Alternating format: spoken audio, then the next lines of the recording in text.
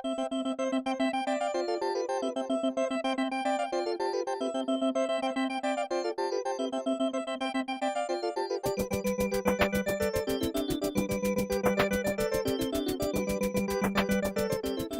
quer desenhar? Não vai dar tempo da gente fazer a ficha toda. Você só desenha a bandeira. Ah, por quê? Porque a gente ainda tem que fazer a alfabetização fônica. A gente não vai estudar o mundo inteiro num dia só.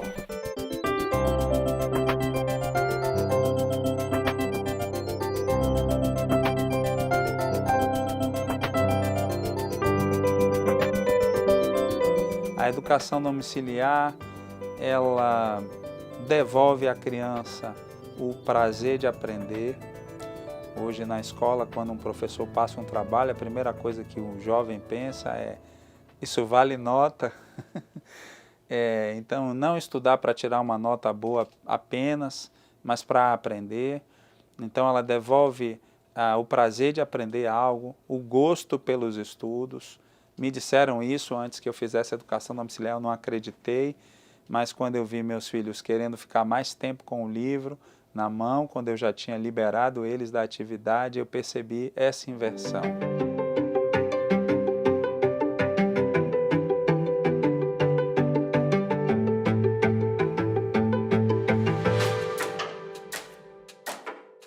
Então, só quero mostrar para vocês aqui, para ilustrar a nossa história hoje. Nós vamos falar sobre a Rainha Victória, ó, lá de Londres. Aqui tem uma fotinho dela. Aqui tem uma foto melhor dela, ó. Olha que legal. Não. Ela reinou por mais de 50 anos lá na Grã-Bretanha. Então, Nós como pais, né, nós nos sentimos responsáveis pela educação que nós damos aos nossos filhos. Então nós temos a opção ou de terceirizar a educação, ou de nós assumirmos esse papel como pais e nós passarmos um conhecimento para eles. A Terra, a Escócia. Nós temos um suporte, que existe um núcleo educacional, né, que tem aqui em Porto Alegre, que é uma escola de arte que é mantenedora desse núcleo educacional.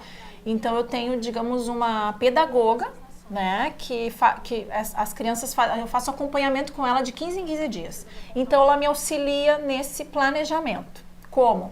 Nós sabemos que temos que seguir uma grade comum curricular, né, que existe do governo, que é super fácil de seguir. França é aqui? Não, depois eu te mostro onde é que é a França. A França é bem embaixo da Inglaterra aqui, ó. Não sou professora. Então, em alguns momentos, senti realmente dificuldade e precisei de um profissional para que eu pudesse perguntar, né? Um profissional que estudou, que sabe, né?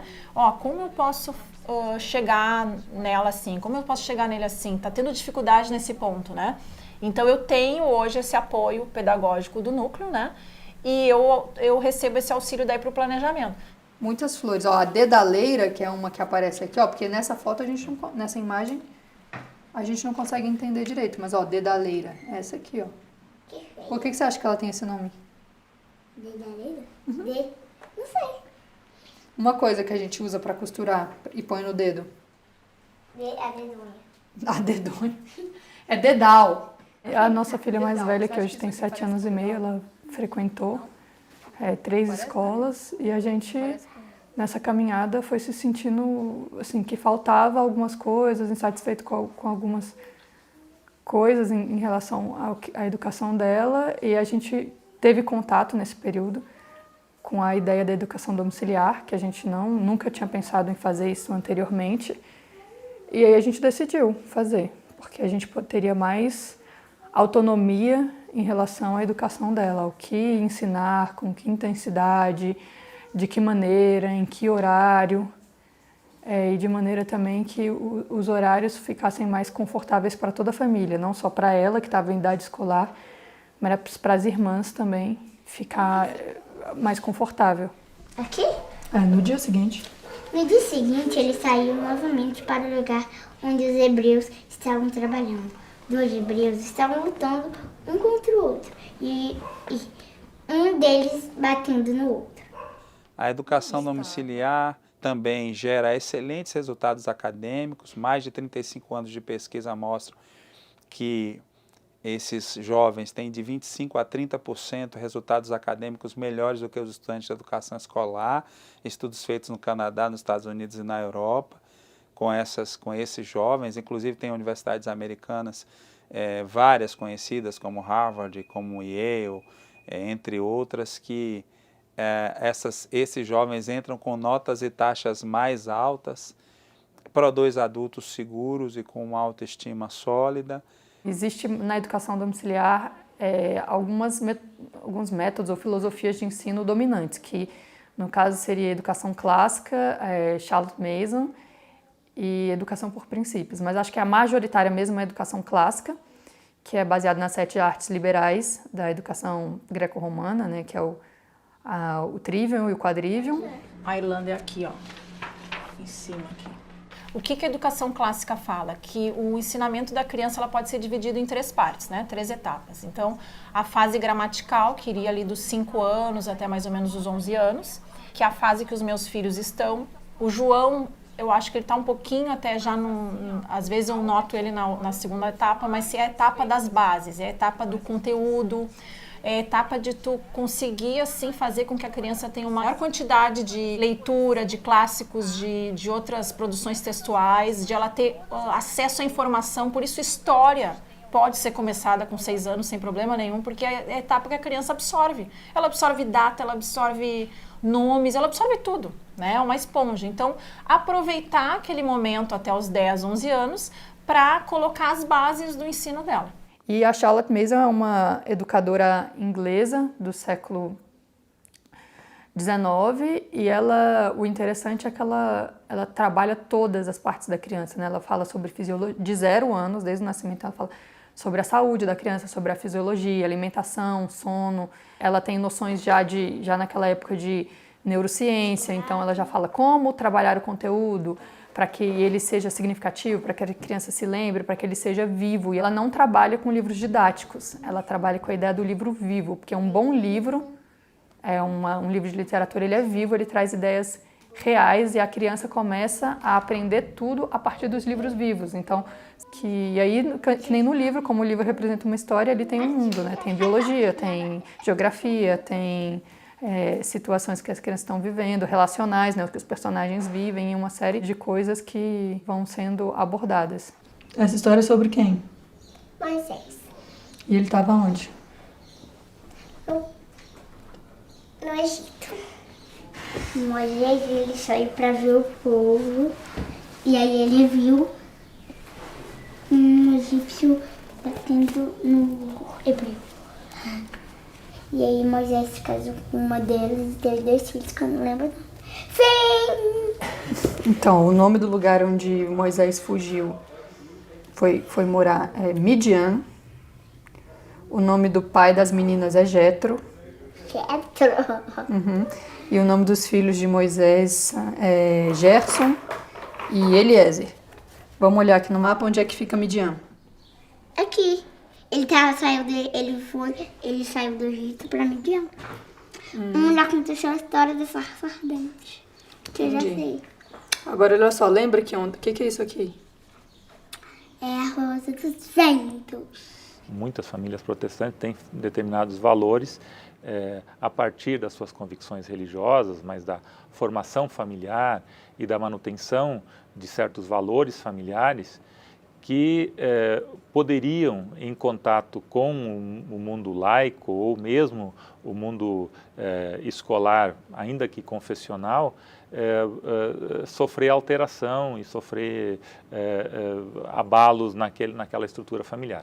E disso então surge a ideia, a convicção de que o ensino doméstico, o ensino em casa, portanto o homeschooling, poderia ser uma alternativa para blindar, para proteger as crianças que em sua fase de formação poderiam ser expostas a valores, a vocabulários que não atenderiam aqueles princípios familiares. Então, só que nós temos um conflito com a legislação no país que veda essa prática porque a frequência à escola é uma obrigação legal. É uma demanda de setores religiosos que querem que as residências sejam espaço de formação das crianças e não a escola. Primeiro que parte de um preconceito do espaço escolar, da figura do professor e dos demais educadores e submete ou a um pastor, a uma figura religiosa, ou aos próprios pais,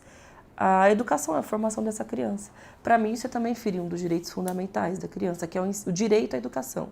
O acesso à escola, a gente lutou muito para que tivesse a universalização das escolas no Brasil, para que toda e qualquer criança, independentemente da sua religião, da sua crença, da sua raça, da sua classe econômica, pudesse frequentar os bancos da sala de aula.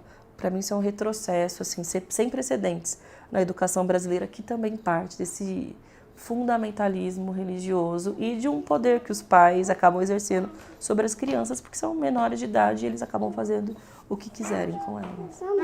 Amém.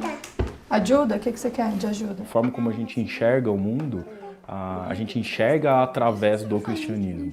É nossa responsabilidade diante de Deus a cuidar dos nossos filhos. Não que eu esteja dizendo que aquele que coloca no colégio, ele está cometendo algum erro.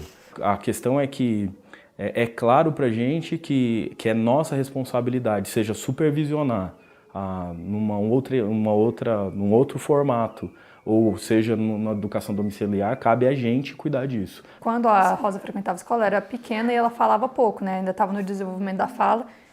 E às vezes e ela entrava no carro e começava a perguntar: mãe, isso e aquilo. E outras coisas eu perguntava e ela não dizia. E uma coisa que me marcou muito nessa época foi tipo assim: quais são as perguntas que a minha filha está fazendo e quem está respondendo? Porque quando ela está num outro ambiente, são outras pessoas que estão respondendo. E quando ela está aqui, sou eu que estou respondendo, né? Agora a frase vai ser: Linnea e Silvestre viajaram para Paris. Bom, posso fazer a letra coitada? Não, é para fazer a letra normal, tá bom?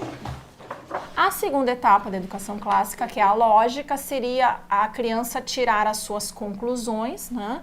E conseguir distinguir já um argumento, né? O que eu estou lendo que é opinião e o que eu estou lendo que é fato, né? Ela já consegue fazer essa assimilação, que daí isso aí é dos 12 aos 14 anos. Claro que com algumas crianças um pouquinho antes, isso não é uma regra, né? E a última etapa, que seria já da adolescência ali, que é dos 14 aos 16, 17, que é a fase da retórica, que a criança pega tudo que ela assimilou, né, com o argumento que ela viu na fase de lógica, e ela começa a ter a persuasão de realmente assim distinguir as coisas e defender, né? Conseguir, por exemplo, falar, né? É muito importante nessa parte da retórica ela conseguir expressar suas opiniões, né, com base naquilo que ela aprendeu e poder dizer: eu acredito nisso, por causa disso. Ela conseguir fazer esses questionamentos e trazer esses questionamentos com eloquência, né? Então seria, digamos, a cereja ali, né, o final dessa educação. Engraçado foi o rei ter visto um montão de projetos e não ter escolhido nenhum. Pois é, 254 projetos, imagina. Conceitualmente, eu não tenho nada contra a educação domiciliar. Agora, para a educação domiciliar funcionar, os pais têm que ser muito bem escolarizados, é preciso ter regras muito claras de acompanhamento e de avaliação dessas crianças, e eu não acho que a educação domiciliar seja prioridade educacional no nosso país. Nós temos outras prioridades que precisam ser enfrentadas antes de abrir para a educação domiciliar, que vai abranger um nicho muito pequeno de pais que têm condições de educar os seus filhos e que ainda assim serão obrigados a acompanhar, a ter um acompanhamento externo por meio de exames nacionais que vão garantir a diplomação e a terminalidade dos estudos dessas crianças. Eu acho só que essa é uma agenda para um país que já está em outra etapa, não é uma agenda para o nosso país. Agora, essas plantas aí, se o Monet mora na França, e a França, ela fica na parte de cima do mundo, no hemisfério norte, lá a gente está aqui na primavera, lá eles vão estar em qual estação? Fala-se muito em educação domiciliar, é a autoeducação, né? Para os pais, a gente está se autoeducando à medida que a gente educa, porque a gente tem que se preparar para isso. E isso é muito forte, porque não só isso, se preparar estudando, né, mas Não só o termo de conteúdo, se eu vou ensinar geografia, eu tenho que estudar geografia. Mas se eu quero que a minha filha seja zelosa, eu tenho que ser zelosa também. Então, o tempo inteiro, os pais estão se reeducando, né? E eu vejo muitas mães falando, eu nunca aprendi isso. Tá com 3 dezenas e uma unidade, como é que fala 31. isso? 31, ótimo. Hoje é revisão da geometria, tá? Que ele vai te perguntar quantas faces, quantos vértices. Tanto que nós seguimos o material de matemática aqui da Ana Cristina Souza Rangel, né? Que é uma mestra em matemática, ela é bem reconhecida aqui no Rio Grande do Sul.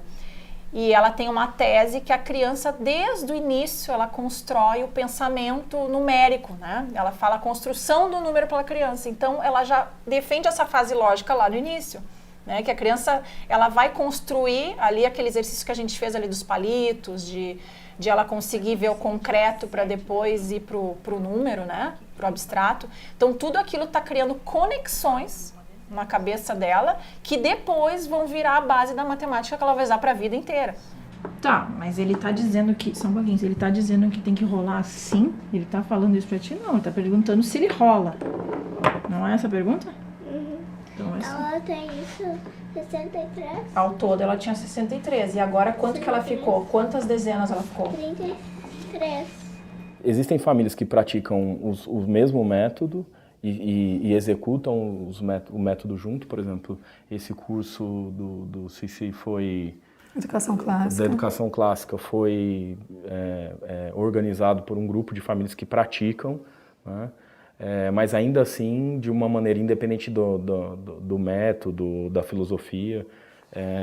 Existem aí encontros com regularidade. Então, por exemplo, Jardim Botânico. Então as famílias marcam e vamos conhecer o trabalho do Corpo de Bombeiros, que nem teve esse ano. Então o pessoal vai junto. Então tem grupos menores, tem grupos maiores, mas existem encontros regulares, né? Como falei, existem alguns que praticam métodos juntos, né? Aí a metodologia já acompanha. Às vezes a gente vai também mesmo não sendo a gente método. se mistura também, né?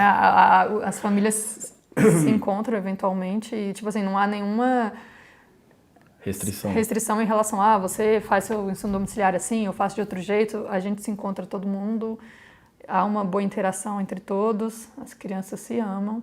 O ambiente escolar, a interação, a troca é fundamental, não só para o crescimento dos conhecimentos, o conhecimento cognitivo, mas também para o conhecimento, para o desenvolvimento moral. É fundamental. Naquele momento em que você discute, as crianças discutem, vê pontos de vista diferentes. Então, é fundamental para aquele combate ao egocentrismo infantil que é próprio da criança, até chegar àquele estágio de cidadania. Isso aí a gente só consegue naquilo que queria o Sócrates já na velha praça, né? Lá de Ágora, né? Em Atenas, né? Ou seja, que ele falava em praça pública, né? É a rua, as esquinas, o mundo. Por exemplo, hoje já tem algumas pesquisas vêm alertando para alguns perigos que podem surgir de condomínios fechados, onde as famílias se fecham e isolam o mundo. Em termos de educação, de visão do mundo, nós precisamos hoje, isso até a pedagogia, o Waldorf queria também, essa visão mais ampla do mundo. O ultrarracionalismo no mundo, e o Brasil hoje é um país que tem um governo ultrarracionário, ele tem trabalhado a questão da educação por dicotomias. A educação não é uma cortina de fumaça, o ataque à educação não é uma cortina de fumaça. Escola sem partido, educação domiciliar, na verdade são estratégias de fidelizar militantes para a causa ultrarreacionária, para a perspectiva ultrarreacionária. Então, quando o governo lança a mão da educação domiciliar, ele está, na verdade, defendendo a ideia de que o espaço escolar é um espaço de degradação. É um espaço antiformativo, é um espaço de perversão de crianças e adolescentes, o que é ofensivo e é um absurdo, é inaceitável. Mas ele defende essa perspectiva. Isso mobiliza hoje 7.000 famílias no Brasil, quer dizer, um volume muito pequeno. Qual que é a função da educação domiciliar? É alimentar esse discurso de que a escola é um espaço negativo. Então é a tentativa de você opor a família à escola. O Escola Sem Partido quer também opor famílias e estudantes aos professores. Ou a escola cívico-militar quer opor a disciplina à pedagogia. Essa é uma grande desculpa de um nicho político que quer fazer exatamente ao contrário, ideologizar, massacrar eroticamente as crianças nas escolas, fazer com que crianças de 3 anos, 2 anos, menino com menina, menina com menino, chamando isso de inclusão, essas pessoas é que querem fazer isso. Não há nenhuma intenção de fazer com que essas pessoas sejam bitoladas religiosamente. E explico por quê. O Brasil hoje tem mais de 50 milhões de evangélicos, das mais diversas religiões evangélicas ou matrizes evangélicas possíveis, que essas crianças ou adolescentes podem frequentar normalmente, frequentando uma escola. Então, é uma falácia tudo isso. Inclusive, alguns até usam uma falácia maior ainda, que é o controle dos pais sobre os filhos até numa determinada área da vida. É um absurdo. Do ponto de vista político, filosófico, tem famílias que se dizem conservadoras de direita e acreditam que o homeschooling é um movimento conservador. Tem famílias que se dizem libertárias de esquerda, de viés político de esquerda, e acreditam que o homeschooling é libertário, liberta, digamos assim, das palavras deles, né, da tirania escolar. Tem famílias que se dizem anarquistas, tem famílias que se dizem apolíticas. E do ponto de vista religioso, temos famílias budistas, famílias ateístas, famílias cristãs, famílias espíritas, famílias agnósticas. É muito interessante. Às vezes até as pessoas falam assim, mas não é um movimento cristão? Por que tem mais famílias católicas e protestantes? Na verdade, a estatística das famílias educadoras segue a mesma estatística do Brasil. O Brasil tem 80% aí de população de base cristã, católica ou protestante, mais ou menos, e a educação domiciliar segue essa mesma linha, confirmando a estatística da nação, mas não porque seja um movimento religioso. Astros, qual é o mundo em quais rodais por este firmamento? Todos os astros, não chega ao teu estudo, ao centro disso tudo. Que escapas aos teus olhos, o centro disso tudo, homem vaidoso, é Deus. Fim! Rosa, para de falar esse fim. Ué, mas acabou o poema. Mas você não faz isso. A lua gira em torno de quem? A lua em torno da Terra. E a Terra? A Terra em torno do Sol. E os astros em torno de Deus.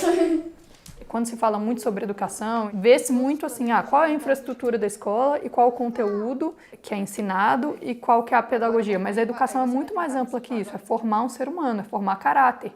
Então, qual a maneira que ela lida com tudo, com o próximo, com o material que ela manipula. Então, isso para mim é muito forte hoje em dia também, porque em casa, além do conteúdo, a gente tem a vida doméstica. Então, arrumar a cama,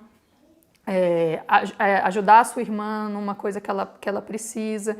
Então, tudo isso é a construção do caráter, não é simplesmente a educação formal que muitas vezes as escolas oferecem. E eu não posso colocar uma outra pessoa para formar o caráter da minha filha, né? Eu acho que o objeto central desse debate é a segurança da nossa criança, a segurança de que esteja chegando um ensino de qualidade a ela, independente da sua classe social. Porque nós não podemos também fazer uma lei só para as pessoas que têm condição. A gente tem que fazer uma lei para todos.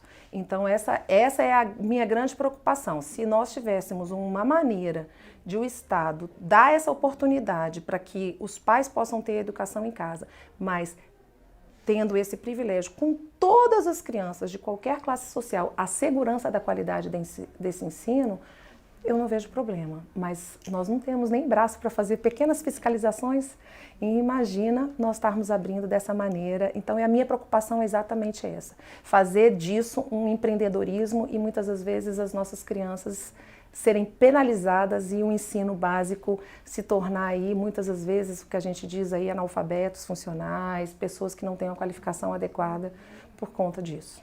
Talvez o Rio Grande do Sul se torne o primeiro estado a regulamentar, né? Nós já temos Vitória, né, no Espírito Santo, que é o primeiro município, né? Belo Horizonte também, Minas, Belo Horizonte como cidade também tá indo para ser município, e São Paulo também cidade, né? Não tem nenhum estado com projeto de lei tão avançado quanto o nosso estado. E as famílias aqui todas têm se mobilizado para estar lá junto, né, na Assembleia Legislativa, né? Fazer o lobby com os deputados, conversar. Então, tem sido um trabalho assim árduo, mas que a gente vê que acho que vamos conseguir um bom resultado. Eu acho que é muito importante a gente entender a questão do direito, a questão de que nós não estamos contra a escola, que nós não somos anti-escola, não somos um movimento religioso, nós somos apenas pais que, como todos, querem o melhor para os filhos, entendemos que esse é um direito, não queremos nos envolver em discussões ideológicas, porque a educação domiciliar não é uma ideologia, não é uma filosofia fechada, não é a escola em casa. A educação domiciliar é os pais se responsabilizarem por essa parte da educação que estava a cargo da escola, é educação integral, então é educação o tempo todo e é treino para o aprendizado. Eu acho que esse é o mais importante. Lutamos pela autonomia educacional da família, só isso.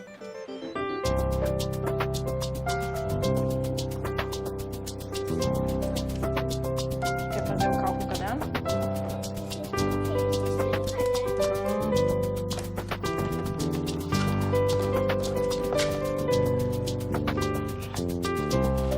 Tá, qual é o que ele está pedindo para